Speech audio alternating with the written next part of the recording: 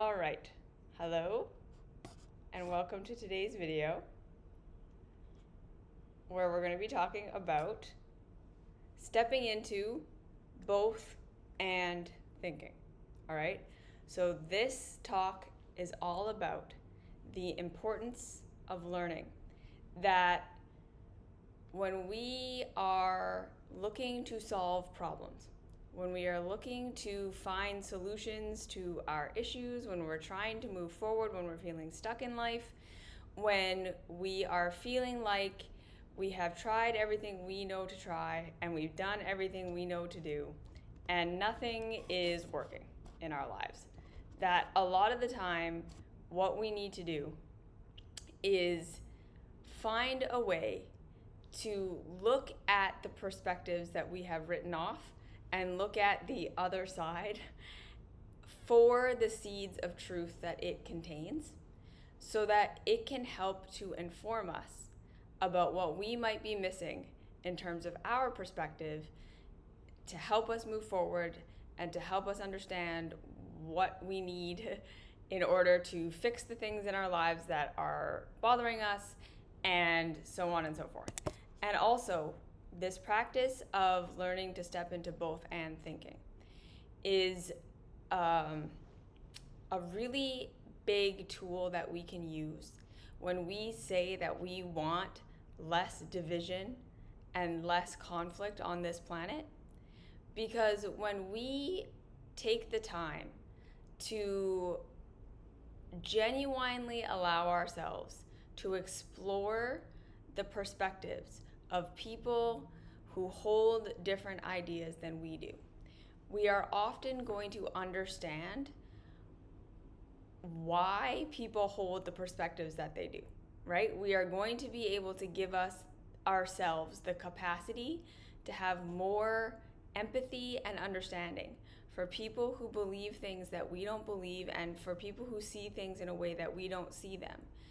And this does not mean that how other people see things who have different perspectives than us are correct, or that other people's perspectives are, equally correct or equally based in fact and in reality as some other perspectives. But when we can understand where people's need is coming from and where people's bias is, and how they got to where they are, we can help ourselves become less judgmental and less harsh.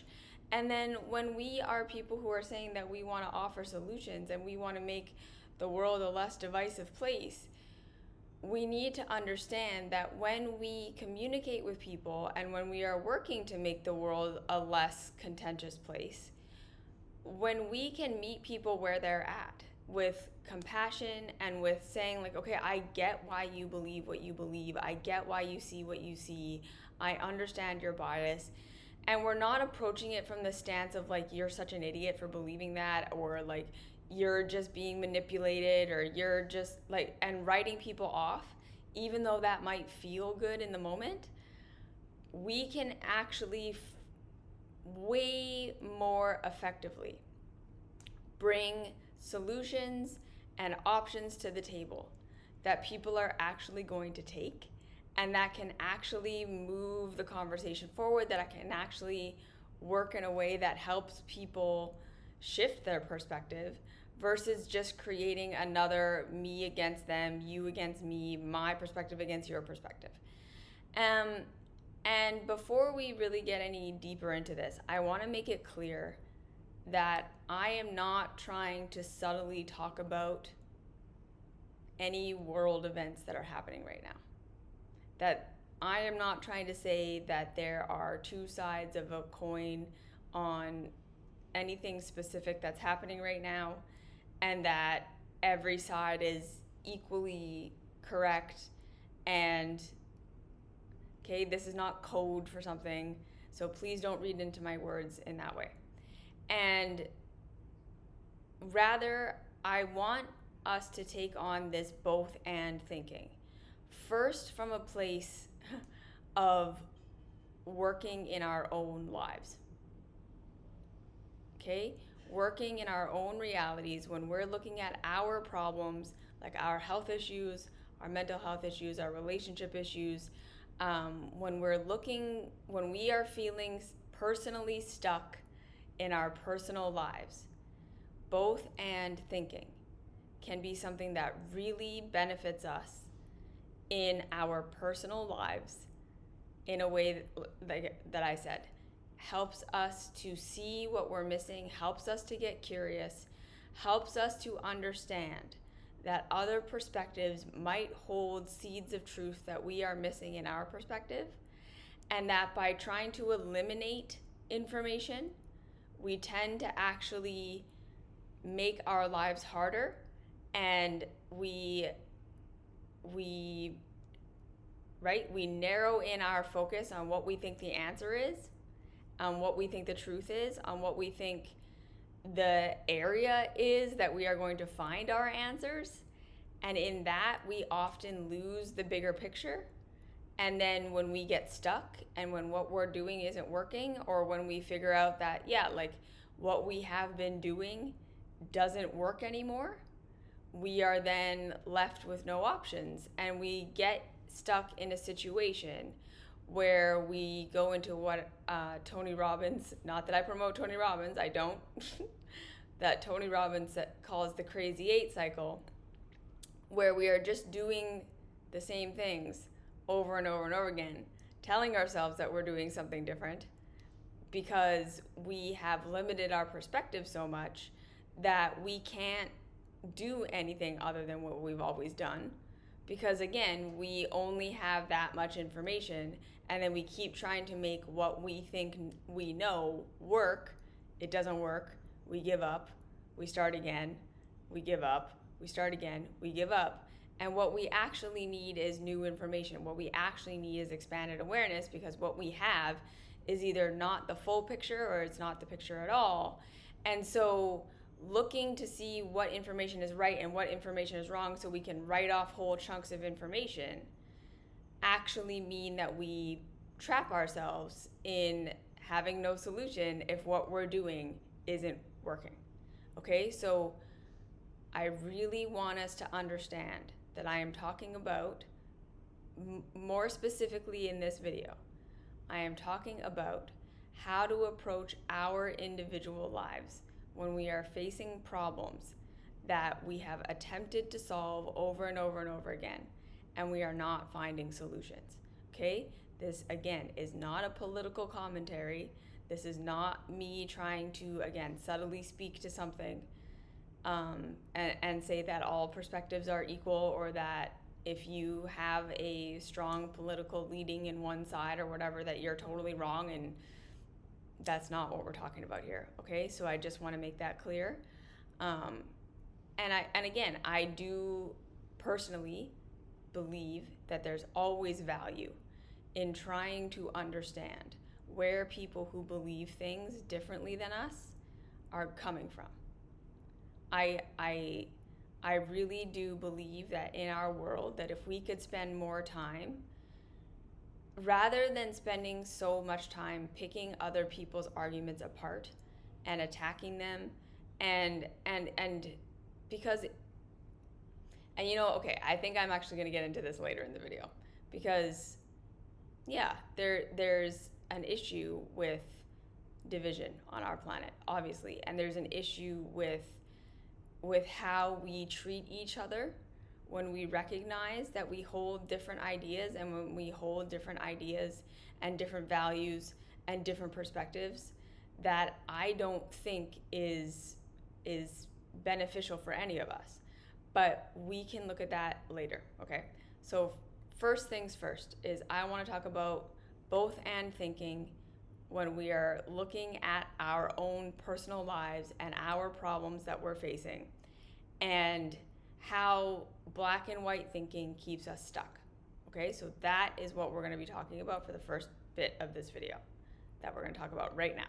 Okay, so again, when we are in our lives, we need to understand that the way that our brains work, the way that our consciousness works, is that we are always going to look to simplify reality, to make it as simple as possible, to make it as small as possible, so that we can feel that we are secure in our beliefs and that we are secure in our view of reality, because that's what makes us feel like when problems arise, or when things get hard, or just, when situations occur in our life that are out of our control, that we did not expect, that we can feel like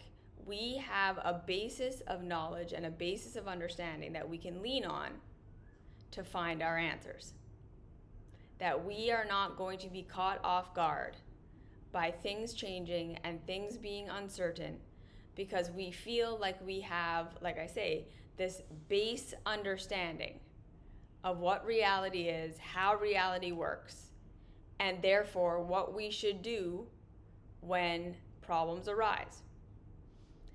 We all carry cognitive bias, so ideas in our head that cause us to automatically assume information that looks or sounds like this is incorrect, and to write it off, or to not even pay attention to it, or to not even perceive it, to over assume that information that comes from these sources, or that sounds like this, or that looks like this, is correct, and to give it far more merit than anything else. And again, our biases match our current worldview of values and basic facts that usually we were taught in our childhoods, right? Not all the time. A lot of us have unpacked our childhood biases and have worked to deconstruct, in a lot of ways, what we were taught growing up. But this still doesn't mean that we don't have a bias, right? So when we are moving throughout the world, like if you're the kind of person who, and these biases have been shaped by our experiences. Yes? So if you're the kind of person who, for instance, has had chronic illness your whole life, right? Like me. And the medical institutions have written you off and been of no help, have gaslit you, have blamed you, have oftentimes had no solutions for you.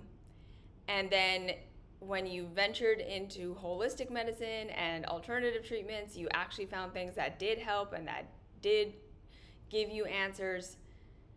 You are going to be biased, like I have been biased, towards the idea, anyone telling me that like medicine was evil and that there's evil ideas or evil plots and evil schemes in the medical industry and all of this stuff. There's going to be a certain level of my brain that's going to want to accept those facts and those ideas as correct, because it matches with my worldview and with my perceived experience. Versus, say you're someone who has had a couple of medical issues and every time you've gone to the doctor, they've solved it for you. And it's been like they write you a prescription or they figure it out for you and you walk away and you feel better and you feel great. You're going to be the kind of person who's going to have a bias of like, well, no, like the medical industry is great. Like every time I've ever gone, I've had a positive experience. They solve my problem. I don't know how you could believe that there's something evil in that. I don't know how you could believe that there's, nefarious intention, because my experience and my, worldview has been shaped around the idea that these institutions have worked for me and they've supported me and they have benefited me, and that's how that is, right? And so what we have to understand with these two perspectives is that in real reality, there are going to be seeds of truth in both of these people's perspective. In my perspective, that the medical industry lacks some things, doesn't have all the answers, can be harmful, can cause issues, that there's corruption, that there's lots of problems within the medical industry. And it can also be true that they have figured certain things out, that they have contributed wildly to the success of our species. That, right, like that at the end of the day, the reason we are living into our 70s and our 80s at this point is because of sanitation, drugs, and surgery.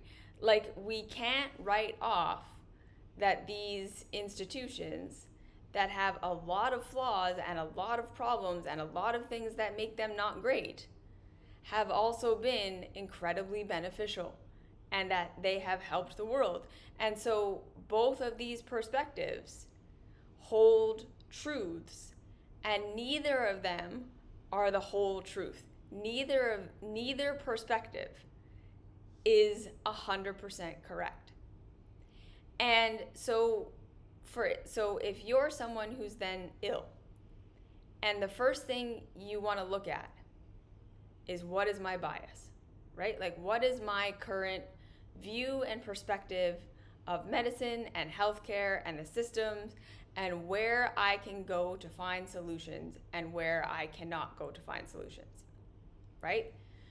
Because again, like, I will use myself as an example. Within the health world, yes, it was my bias to go towards diet, natural medicine, natural holistic practitioners, all of these kinds of non-institution health solutions to figure out my problems. When I was feeling sick and when I was trying to heal myself and I'm doing all this work, of course, I'm going to have a bias towards looking into all the natural stuff. And I'm going to milk that for all it's worth. And I did, right? I have spent the last 30 years of my life, or 20 years of my life, researching, going to naturopaths, going to herbalists, going to all these, whatever. And there came a point on my path, there came a point on my journey, right, where what the natural holistic field could offer me was limited. And it came to a point where what I had gotten out of that was incredibly beneficial, really helped, gave me a lot of information, but I was starting to get stuck. And I was starting to be like, okay, like, I'm not getting better, I'm not healing, I'm not moving forward, I'm coping, I'm managing, but there's a limit to how far this can go. And I had to, of course, like everyone else at some point in my life, realize that I was starting to get into crazy 8 cycles, right? Where I was trying the same solutions to solve my problems over and over and over again, expecting different results, expecting that if I try it a little bit different this time, or if I do it a little bit like this time, or whatever, that something is gonna change, without realizing that, like, no, I had reached the limits of my bias, and I had reached the limits of what the information I was willing to take in could give me. And right, it ended up being that a part of my healing journey included a major abdominal surgery, right? Like, there was absolutely nothing in the natural world that was going to fix my superior mesenteric artery syndrome. There was nothing in the natural world that was going to be able to take that piece of my intestine and remove it from being squished in between those 2 arteries. So it was not going to matter how well I treated myself, how many natural things that I did, I was not going to get any better without having to look into the perspective of the non-natural medical industry and where they could help me. And that was really hard for me because, of course, like I said, for years and years and years and years and years, I did try to go to the medical industry, and they wrote me off, and they told me I was just having an eating disorder and all of these things, right? But I was willing to say, okay, there's something missing in my perspective. There has to be something missing in my perspective. There's something missing within my bias. And if I keep trying to say, no, there's a natural way to heal this, I am going to be stuck because I've done all that I can do. And looking at the other perspective and looking for where the truths are in the other perspective means that I got the surgery and it's been very good, but at the same time, right, it has also not been the absolute be all end all solution to my problem. That all of the other natural things that I've done up until now and that I'm going to continue to look into are also going to be important for my healing and for my growth and my regeneration after the surgery and all of these things, right? So it came down to the reality being that one side and the other side, neither of them were right or wrong. It's that both of them had answers and both of them had solutions that I have been able to integrate into my life. And both of them have things that are wrong and that are false and that don't work, that I have had to say, okay, this is a thing that doesn't work. So for instance, in the natural health world, in the natural healing world, there are a lot of ideas in there about how you can heal anything naturally, and about how if you have any disease or anything wrong with you, it's because you have made a mistake. You are doing something wrong, right? So even if we look in the spirituality and the self-help and the personal growth world, there's a lot of narrative in there that if you're struggling or if you're going through anything terrible, that it's 100% your fault and 100% your responsibility to fix it. And that's a bias. That's a way of looking at life that says the control is 100% in your hands. If you are willing to say that absolutely everything in your life is because of you and your choices. Yes? And of course, that bias is going to make us feel powerful, and it's going to make us feel like we can solve everything and we can fix everything. And in a way, that way of thinking is going to help us figure out where we do have power and where we are the cause of our own problems and where we can enact certain changes to our way of being and changes to our way of thinking and changes to our way of all of these things that really will make a difference in our lives. Taking that personal responsibility is huge and important, and there is going to be truth in that. However, if we are not also willing to look at systems and our upbringing and how we were conditioned to believe things that may or may not be true, if we're not willing to look at how our bodies work and how our minds work and how we may have certain predispositions to certain things, if we're not willing to look at all of the things that are absolutely affecting us, that are not within our control, that are not choices that we made, we are not going to be able to effectively change our life and create the best solutions for ourselves possible, because we're not looking at all of the information, right? If we don't allow ourselves to look at a holistic view of what's going on, we limit how much power we have. And this, again, is my long-winded explanation for why both and thinking is so important, right? Because a lot of the time, what we are going to find is that by holding on to one perspective as being true and one perspective as being false, we reach the limit of what one perspective can do for us. We reach the limit of the answers and the solutions and the tools and the methods that one perspective can offer. And for most of us, that's not going to be getting us where we want to go fully. It's not going to be fully healing us. It's not going to be fully changing our lives. It's not going to give us everything that we want. And so when we stop there, again, we get stuck in a situation where it feels like now we're stuck. We can't go any farther.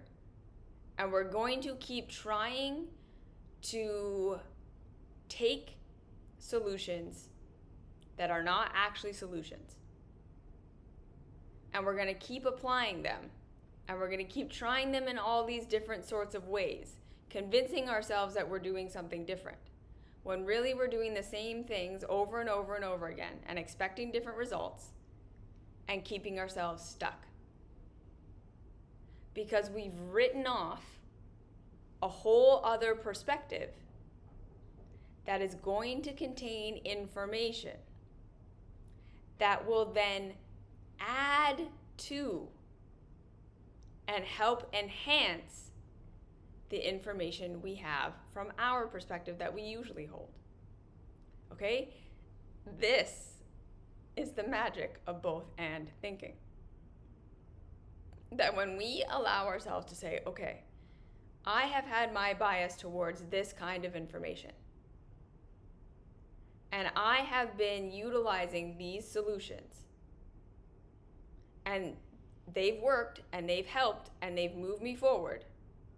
However, I'm not getting where I want to go.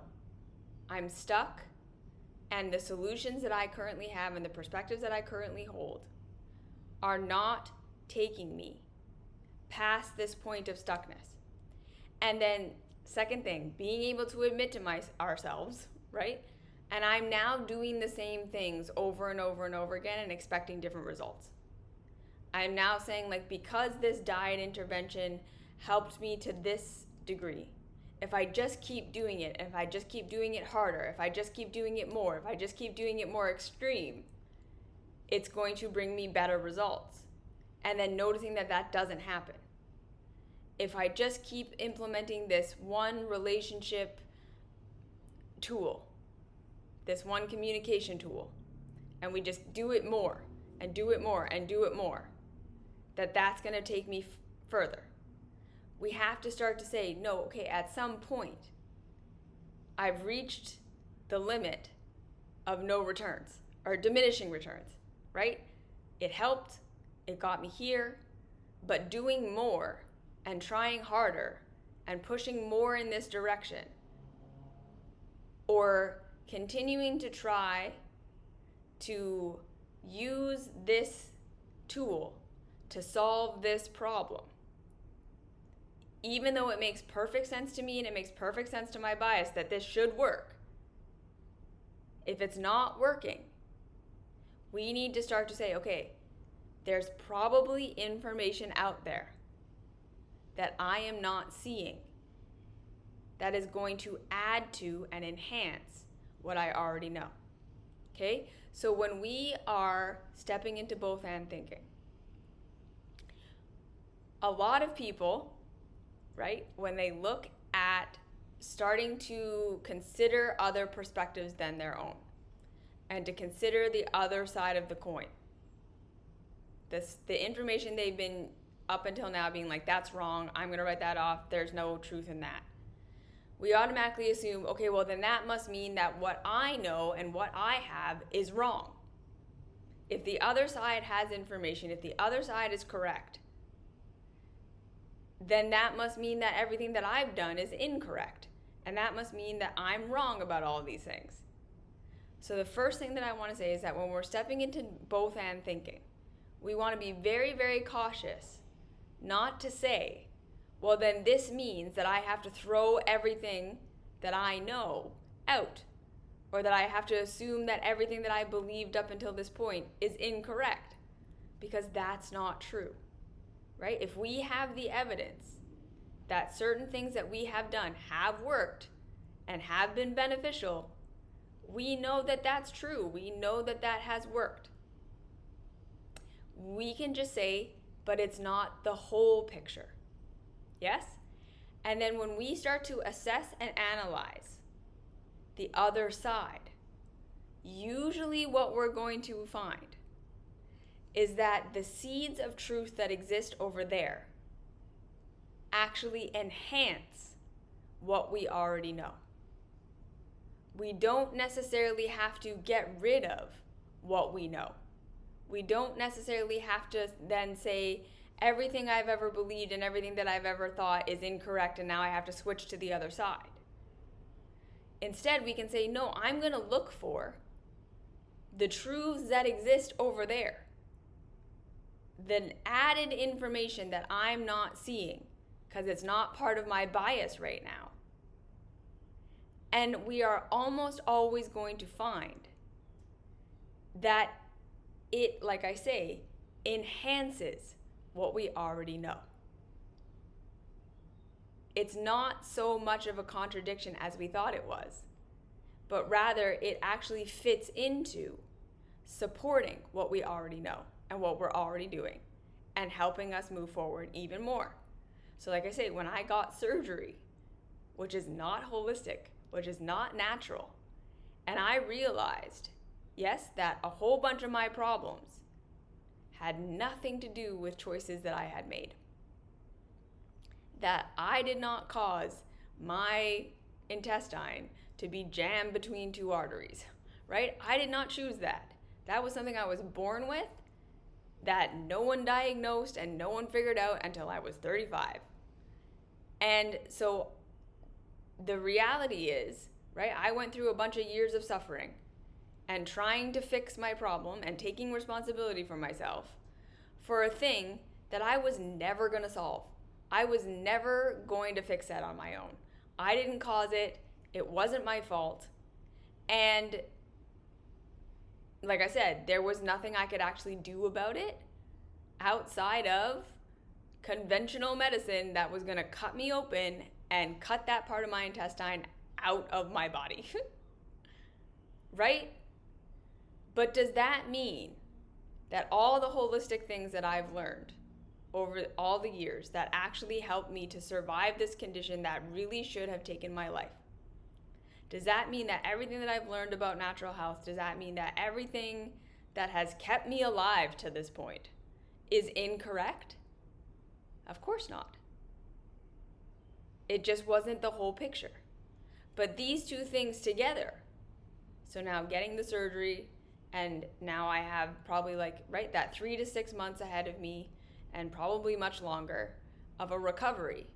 I have all of these tools in my toolbox that make it so that I'm probably going to recover in a way that's very, very good, because I was able to take both of these perspectives and utilize what's true and what's good and what's right about both of them. And I was able to look at what's not true and not right about both of them and let that stuff go, right? So in the holistic world, being able to be like, okay, you know what? I'm not going to keep blaming myself for this.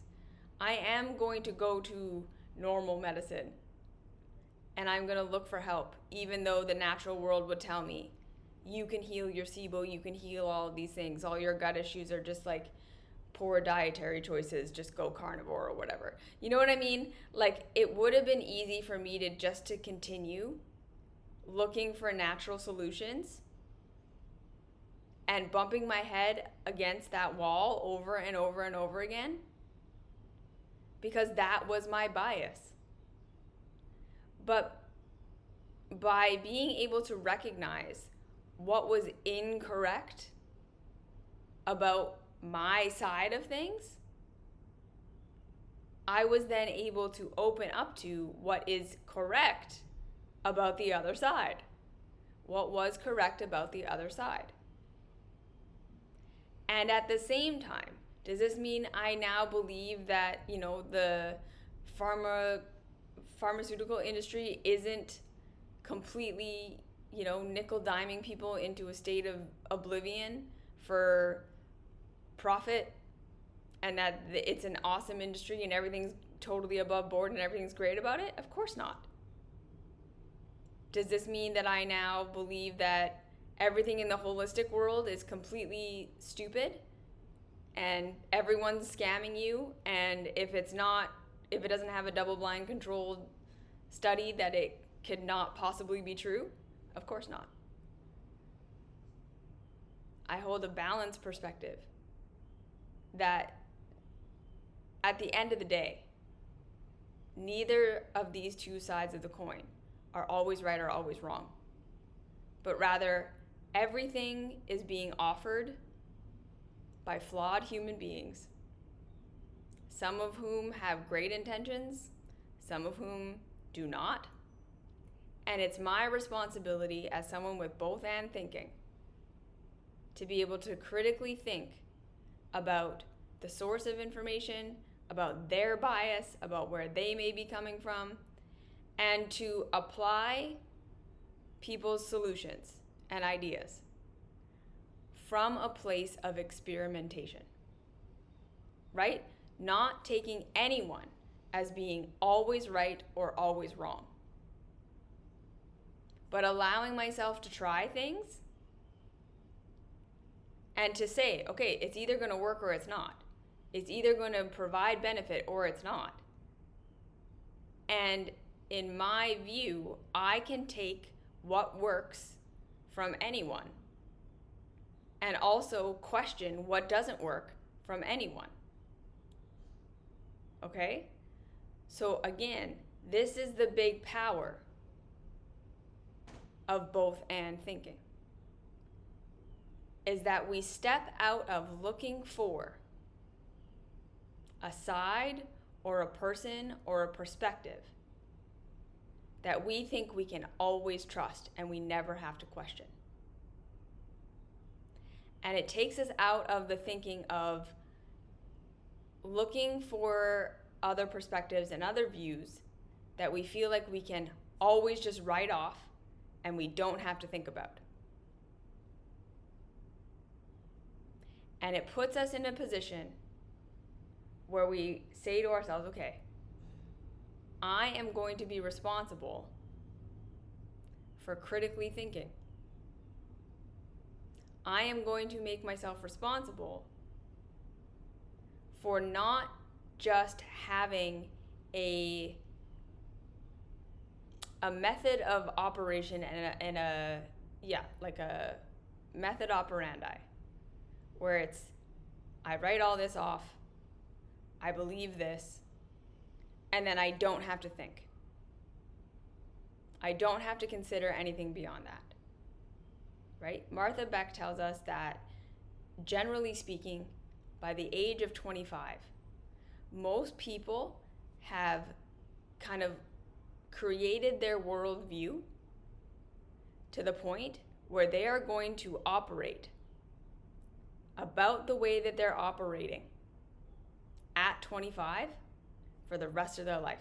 That's how they're going to make all their decisions. That's all the patterns they're going to follow. That's how their relationships are going to be. That's how their health is going to be. And everything is just going to be an accumulation of that from then on forward.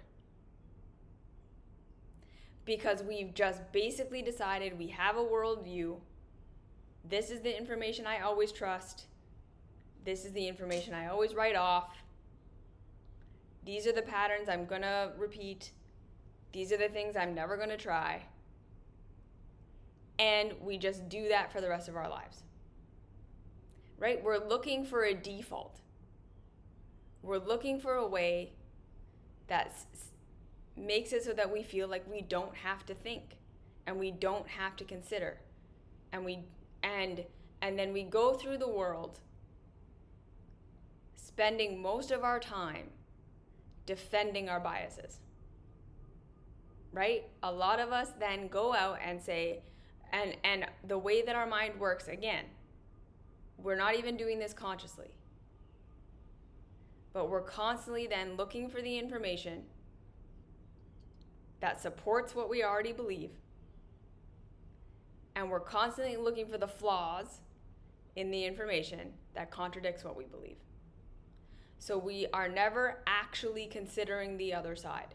We are never actually considering another perspective. We might look at it, and we look at it with a harsh, critical lens, and we dissect all the things that we think are not true about it.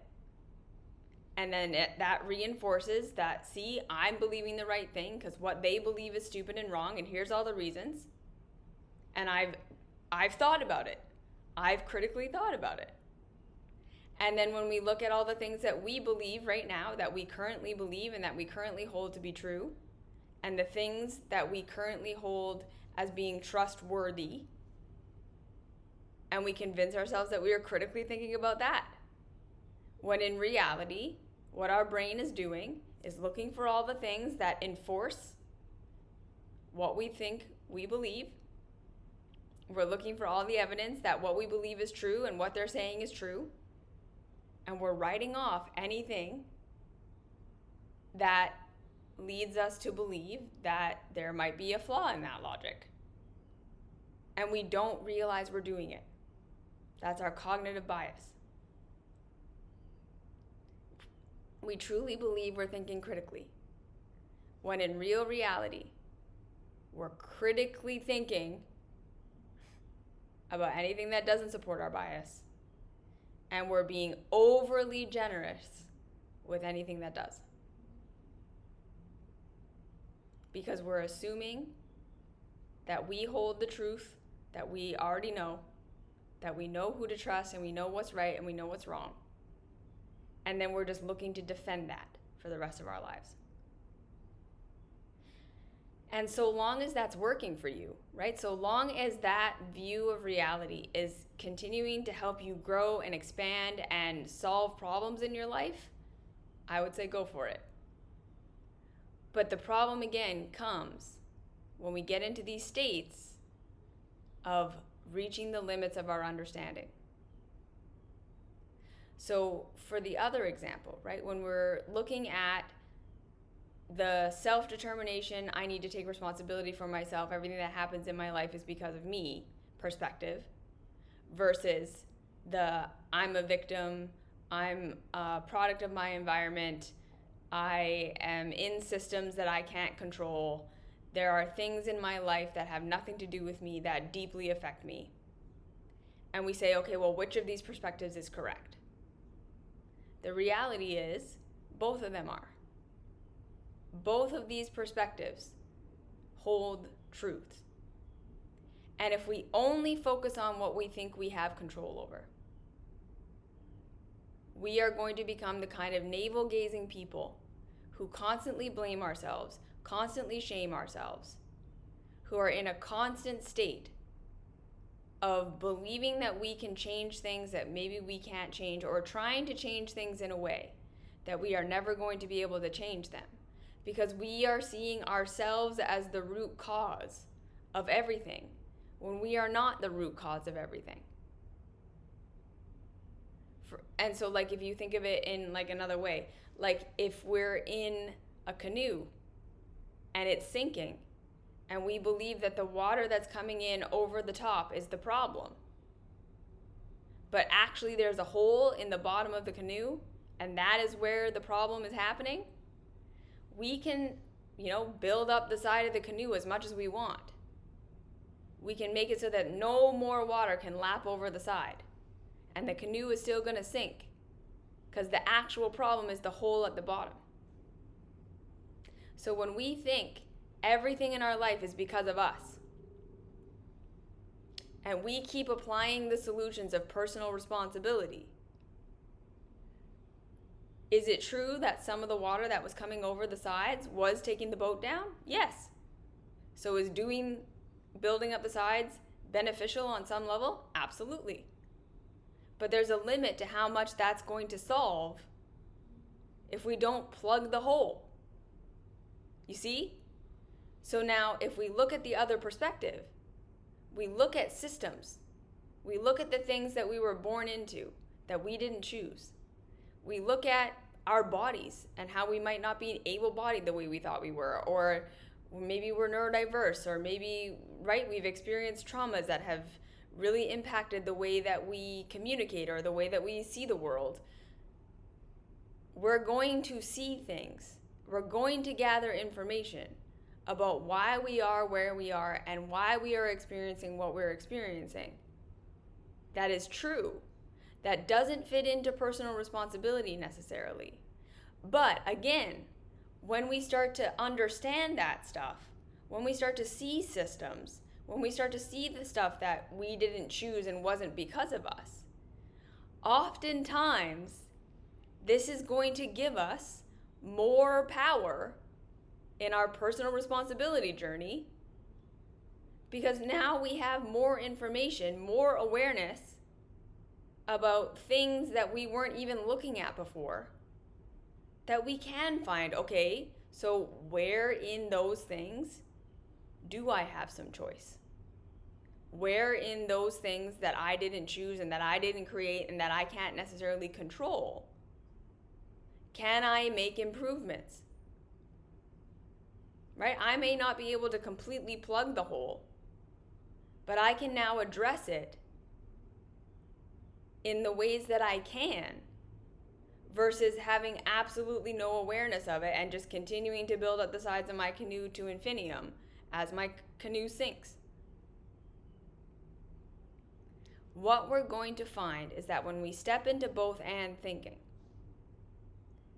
we are almost always going to find that these seemingly opposing sides, when we find truth in these seemingly opposing sides, that the truths in both sides actually enhance one another. That is what is so powerful about both and thinking, is that when we can stop looking for which side is right and which side is wrong, and we can start saying, where is the truth in both sides? Where is the truth in the information I usually write off? Where is the truth in the information I usually say there's nothing beneficial in there, there's not anything that could possibly be good in that? And how does it enhance? How does it support what I already know is working? What I already know is supporting me? Right? It's not about one or the other. Because again, I've seen a lot of people be like, okay, I'm stepping into both and thinking, and therefore everything that I believed up until this point is wrong, and I'm just switching to the other side. That's equally unhelpful. Right? We don't want to just switch extremes, because there's going to be just as much gap in the other extreme as there was a gap in the extreme you were already in, or the side you were already in. And again, this is why I think people are kind of prone to this, I'm just going to throw everything out and then just go to the other side. Because when we go to the other side, the things that we were missing on our side are all of a sudden fulfilled. So we think, okay, I found it, this side was right, because now I have relief from all of the pain points that weren't being addressed on this side. But then eventually we start to feel that all the pain points that aren't being addressed on this side, that were being addressed on this side, start to come up, because now they're no longer being addressed. And so we crazy eight swing from one extreme to the other, because this part solves some of the problem. This part solves some of the problem. This part solves some of the problem. This part solves some of the problem. And we need to be able to say, okay, wait, how do these two perspectives go together? Where do both of them have flaws in the logic? And where do both of them have things that work? Because neither side is 100% true and neither side is 100% false. That's what both and thinking is. And then last thing I'll say is that This does not necessarily mean that both sides of an argument are equally true, or that they both have equal amounts of correct information. Most of the time, that's not reality. Most of the time, one side is a little bit more towards truth than the other. There are certain perspectives that really are more based in reality and more based in fact than other perspectives. So we don't want to go in saying, how do I find the equality in all of this? Because there generally isn't equality. Okay, that's not what we're looking for, and that's not what we're saying. We're just saying, if I've run to the limits of my understanding, I'm going to open myself up to the other side having some answers that enhance what I already know. And I'm going to be willing to challenge my bias that wants me to just pick apart the other side and continue to reinforce my side if what I'm doing has only taken me so far and is not taking me any further. If I'm starting to employ the same methods of solution over and over and over again, thinking if I just do it more and do it harder and do it in a more extreme way, it's going to work better. We want to start to catch ourselves in that and say, actually, where can I start to look outside of my bias for information that will enhance what I already know? That's what both and thinking is. It's we're not throwing out either side. We're challenging ourselves to say, if I had the full picture, I would have the full answer. If I don't have the full answer, that means what I'm biased towards isn't the full picture. So that doesn't mean that the other side is 100% right and I should throw everything that I know away. Nor does it mean that I should just continue to critically pick apart the other side and never give it any time of day, and then continue to look for how my side is right.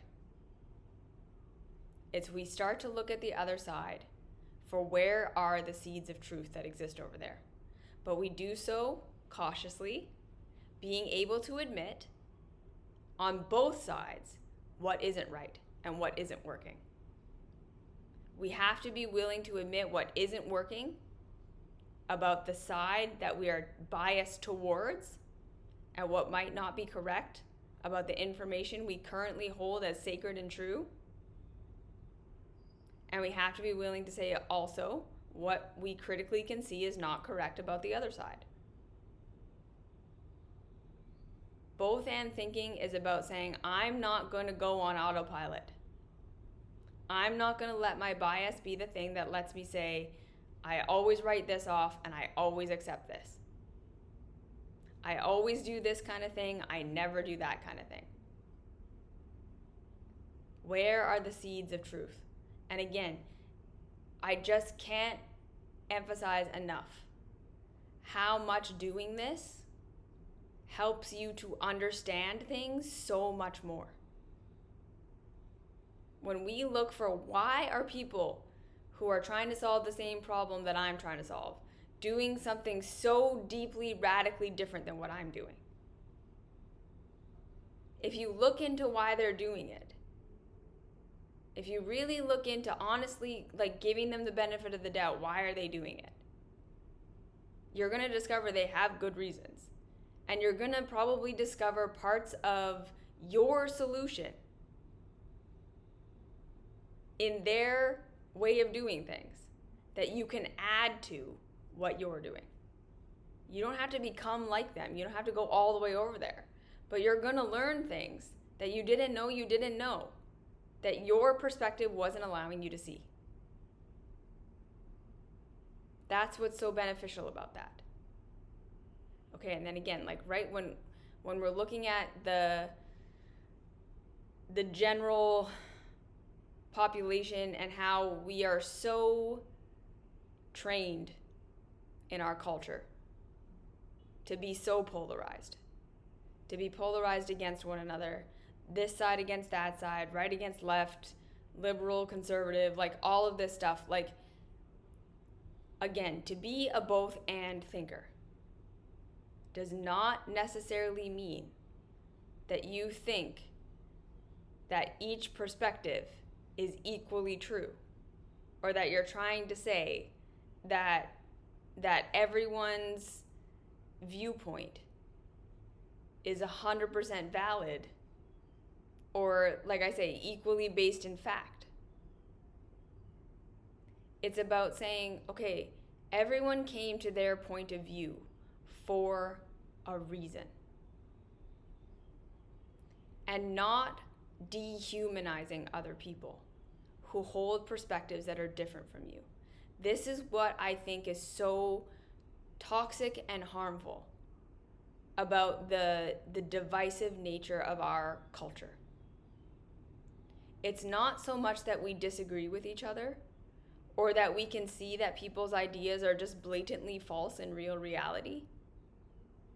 It's that we use that as an excuse to justify dehumanizing other people.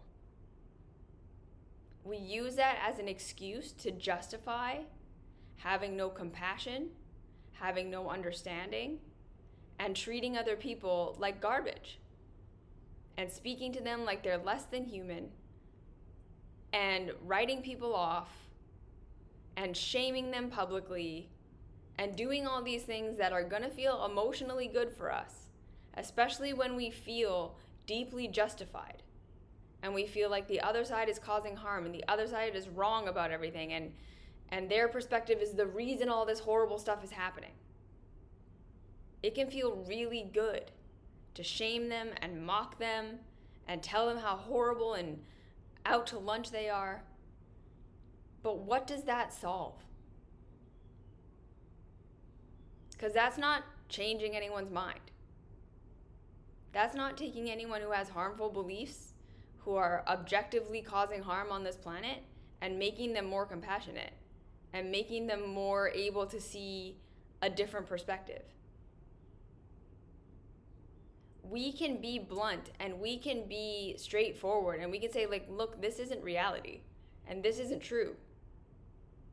And here's the facts about how this perspective is causing harm, and it's not based in reality. We can be clear about that without dehumanizing other people. And so when we step into both and thinking, what we're saying is not they have a valid perspective necessarily, in the sense that we're saying it's true or that it's equally based in reality. A lot of the time it isn't. And we can admit that. But we don't have to dehumanize them. And in fact, the more we can humanize them, the more we can empathize with where their perspective is coming from, the more we are going to be able to effectively communicate why what they believe is incorrect. We're going to be able to speak to why they hold that bias and the pain and the trauma and the whatever they've been through that causes them to believe what they believe and to hold on to what they're holding on to in a way that's far more effective for changing their perspective than if we just tell them how stupid they are and pick apart all of their logic. Most of the time people need to be empathized with first and seen that they're being humanized. And then we can start to pick apart the points. Then we can start to dissect why it's not true. Then we can have an adult conversation. But like on the internet, when we're just arguing with each other and it just turns into like you're an idiot or you're brainwashed or you're whatever, it's like that is coming across as like you just care about defending yourself, because you clearly don't have an intention of wanting to change things for the better, because people don't respond to that. People don't change because they were told that they're an idiot. They just don't. So if we actually want to be a part of changing things, as hard as it is, a lot of the time we do need to humble ourselves enough to understand why someone might hold a perspective that we don't. We need to look at where they're coming from as a human, and we need to meet them where they are as a human. I just don't think that there's any excuse on the planet for shaming and blaming and dehumanizing people and thinking that we are going to create more peace that way. People don't change when they're shamed. They just don't. This is the whole crux of the mystery school. Again, we can be clear about harm caused. We can be clear about what's happening in real reality without demoralizing somebody. And I think that that's where, again, both and thinking is important in the greater context of society. We're not winning any battles by being polarized and then dehumanizing people. So just something to think about. Okay? So when we're looking to solve problems in our own lives, both and thinking is often going to be the solution. Where are my biases that I write off this information and I enhance this information? And where can I start to look for where there might be truths in the information I usually write off? And where can I start to look for where there might be flaws in the information I usually just accept? That's what both and thinking is. We allow ourselves to expand our awareness by not assuming that one side is right and one side is wrong, or that they're equally right or wrong, or if one side isn't working completely, we just go to the other side. But we look for what is correct in both sides, and how does that information enhance what's correct about the other side. That's what we want to do. Okay? That's what both and thinking is. So hopefully this was helpful. Thank you for being here. Thank you for listening. I'll see you next week. See you in the next video. Until then,